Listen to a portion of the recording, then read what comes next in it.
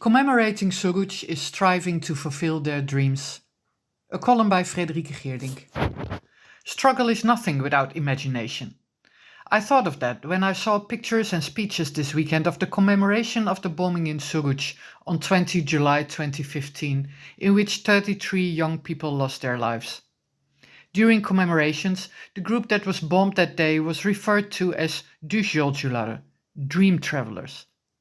Could the struggle, any struggle I would say, have a better goal than to fulfill the dreams of those who gave their lives for it?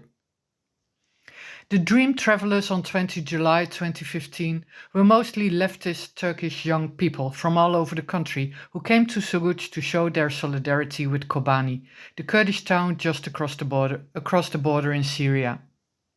It was half a year after the Kurdish forces of the YPG and women's forces YPJ had broken the ISIS siege of Kobani, which was the first successful resistance against the genocidal group that was conquering large swaths of land in both Syria and Iraq in those days. Kobani was still in tatters. The young people wanted to cross the border, to hand out toys to children and show their solidarity with the locals. Then suddenly, when they were gathering in a cultural center in the morning, one person in the group, an ISIS member, detonated himself. In the blast, 33 people died and around 100 were injured. It's 9 years ago, and I was still working as a Kurdistan correspondent at the time, based in Ahmet or Diyarbakir. I arrived in Suruç the morning after the massacre.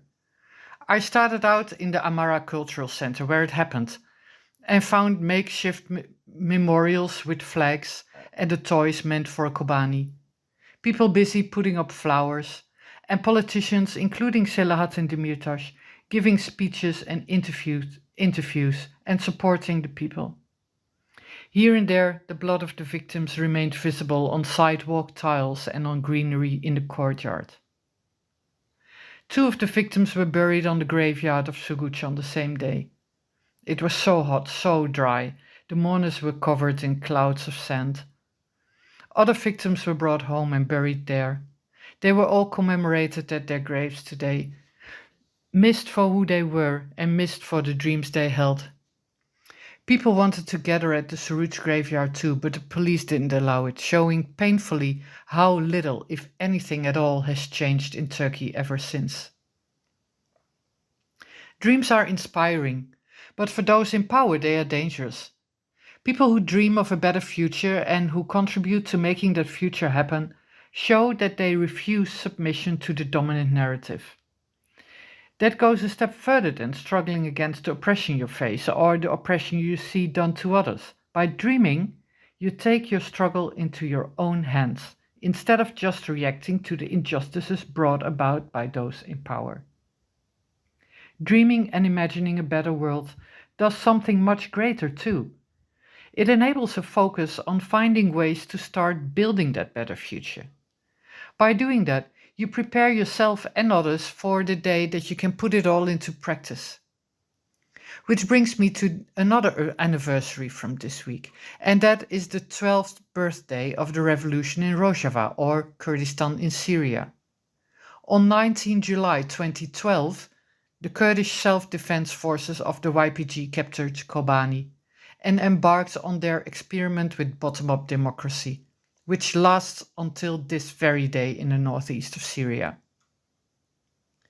If there hadn't been a movement that had been imagining a new order for many years and had started to experiment with it, the Rojava revolution could never have happened. The revolution is based on the political ideas of jailed Kurdish leader Abdullah Öcalan and strives to organize people on a local level. Every community, regardless of ethnicity, religion or language, has the right to govern their own affairs, educate their children in their own language and practice their religion and culture freely. No community is dominant, so everybody is equal.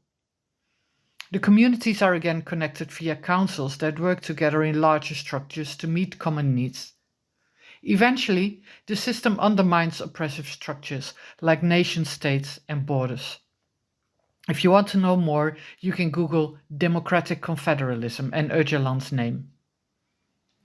This system didn't come out of nowhere. It had been debated and promoted for years, mostly in Bakur, or Kurdistan in Turkey, by the Kurdish political movement.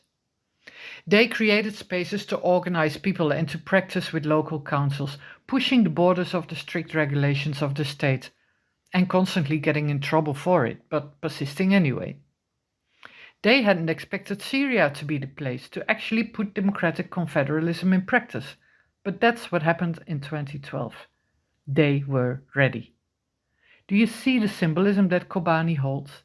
Do you see how it started with a dream which developed into something real? Do you see how the young Turks who came to Suruç to travel to Kobani in solidarity are the embodiment of the dream? And how much hope they represent? They merged dream and reality. They set an example, they inspired, they energized. Working to fulfill their dreams means liberating us all. Fréderike Geerdink is an independent journalist. Follow her on Twitter, FGeerdink, or subscribe to her weekly Kurdistan newsletter. The link is in her Twitter bio.